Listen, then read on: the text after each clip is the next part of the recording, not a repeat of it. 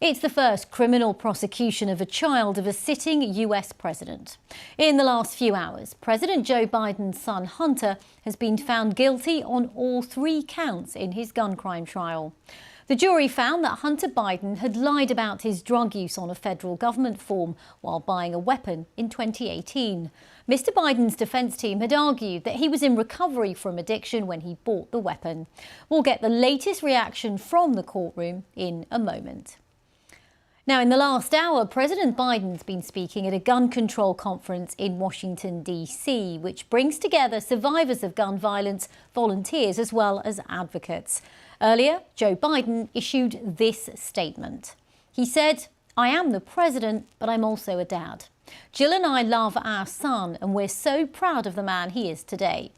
So many families who've had loved ones battle addiction understand the feeling of pride seeing someone you love come out the other side and be so strong and resilient in recovery.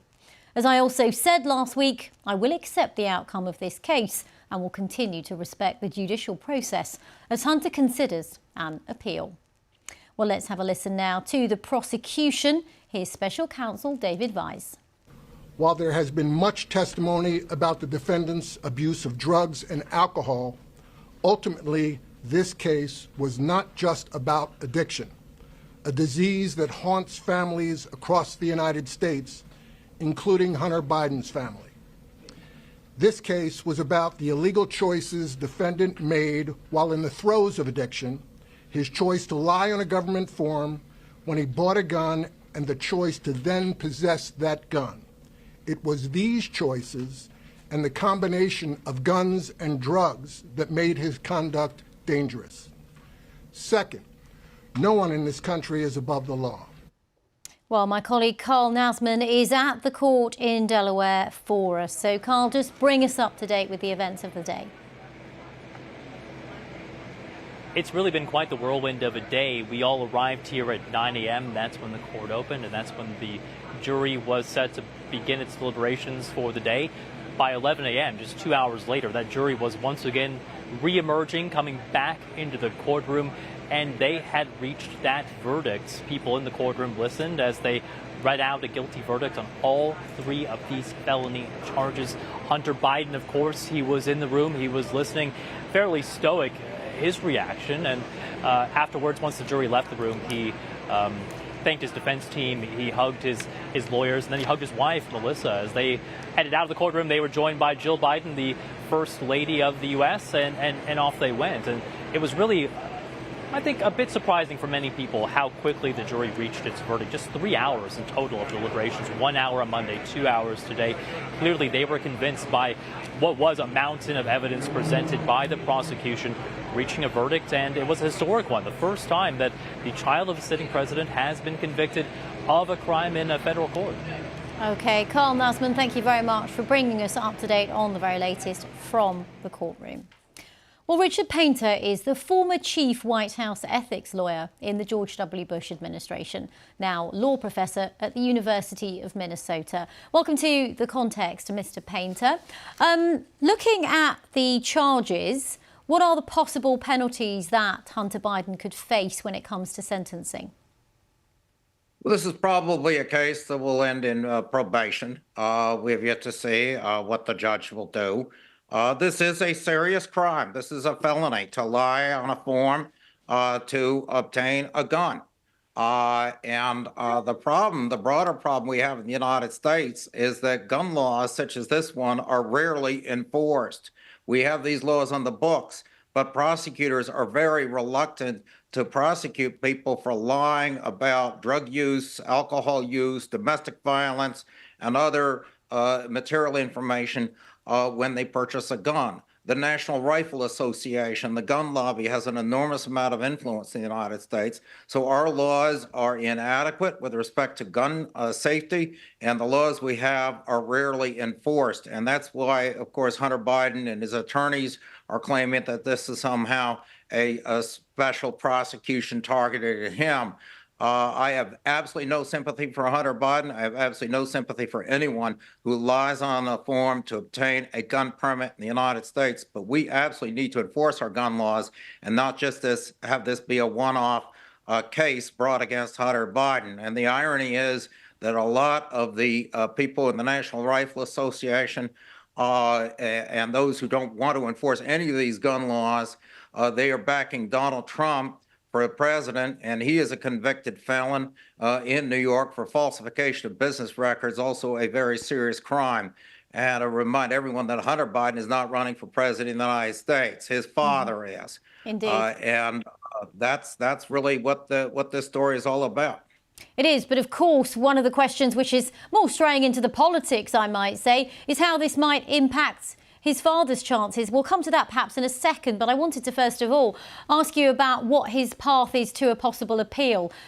We heard from President Biden alluding to a possibility of an appeal. Well, he can appeal just as Donald Trump can appeal the criminal conviction he has in New York. I think that in both cases, the appeals are unlikely to succeed, but there's always grounds to try to appeal a criminal conviction, and Hunter Biden has every right to do that. The broader issue in the political sphere ought to be, are we serious about enforcing gun laws in the United States? Or are we just going to be prosecuting Hunter Biden, not other people who lie on these forms or people who buy guns for others who are ineligible? We have an epidemic of gun violence in the United States. We need to have law and order in this country, and enforcing our gun laws for everybody is absolutely critical. And second, we need to remember that Hunter Biden is not a candidate for president. His father is, and a lot of families have had problems with drug addiction, problems with criminal conduct, but those are not the family members who should be running for president of the United States. We should not have anyone who's a convicted felon running for any political party for the presidency of our country. OK, thank you very much, Richard Painter, for sharing your thoughts. Thank you. Now it's time to bring in our panel. Reminder of who they are: Susan Page, Washington Bureau Chief for USA Today, and Joe Walsh, former Republican presidential candidate. Richard there alluded to the politics around this, reminding us, of course, that he's not a candidate. Hunter Biden's not running for office. But Susan, how much is this going to play into the election campaign? Well, I think it's never a good thing when your son is convicted on felony charges, especially involving guns, which is an issue that's very important to Democratic voters, as well as many Americans generally. On the other hand, the politics of this is a little complicated because on the one hand, Democrats are saying since this verdict that it demonstrates that Joe Biden, the president, is not manipulating the Justice Department is not weaponizing against his enemies. He didn't even intervene to save his son. This is the question of weaponization is one that Donald Trump has made in his trial. Republicans, on the other hand, are pointing to this as a sign, a kind of a equivalency that, Donald Trump is a convicted felon. Well, so is Hunter Biden. So I'm inclined to think that this might have some small impact, but I think that big issues facing this country now means that this is probably not going to be anything that's close to decisive. What do you reckon, Joe? Is this going to be a Republican talking point as the months get closer to the presidential election? Oh, absolutely, because it will be a talking point for Donald Trump, and every Republican echoes Donald Trump. I agree with everything Susan said, but here's the important point. Personally, I'm sure this is difficult for Joe Biden. It is a serious crime, and Hunter's going to pay a price. But politically, what did Joe Biden say today? He came out and he uttered words that Donald Trump is humanly incapable of uttering. I will accept the verdict, and I will continue to respect the judicial process, the justice process. That's the antithesis of what Donald Trump says and how Donald Trump has engaged in his one-man attack, but now the whole party, the Republican Party, continues to attack our justice system. Kudos to Joe Biden. OK. One of the things I was struck by was that a juror has actually already spoken to the media. Susan, how common is this? I mean, I've seen in a few occasions when I lived in the US and worked out there that occasionally jurors would actually speak out after a trial. And one has spoken to an American outlet maintaining that no politics came into play when it was came to their deliberations. Politics was not even spoken about. But when the juror was asked whether Hunter should go to jail, he replied no. What do you make of all that, Susan? Yeah. Well, jurors are, as a general matter, free to speak to the press after trials. Often they don't. Sometimes they speak to prosecutors and defense lawyers too for insights into how the jurors viewed different things. So that's not a huge surprise. The juror just chose not to release his name. That's probably a good idea given the heatedness of our politics here these days.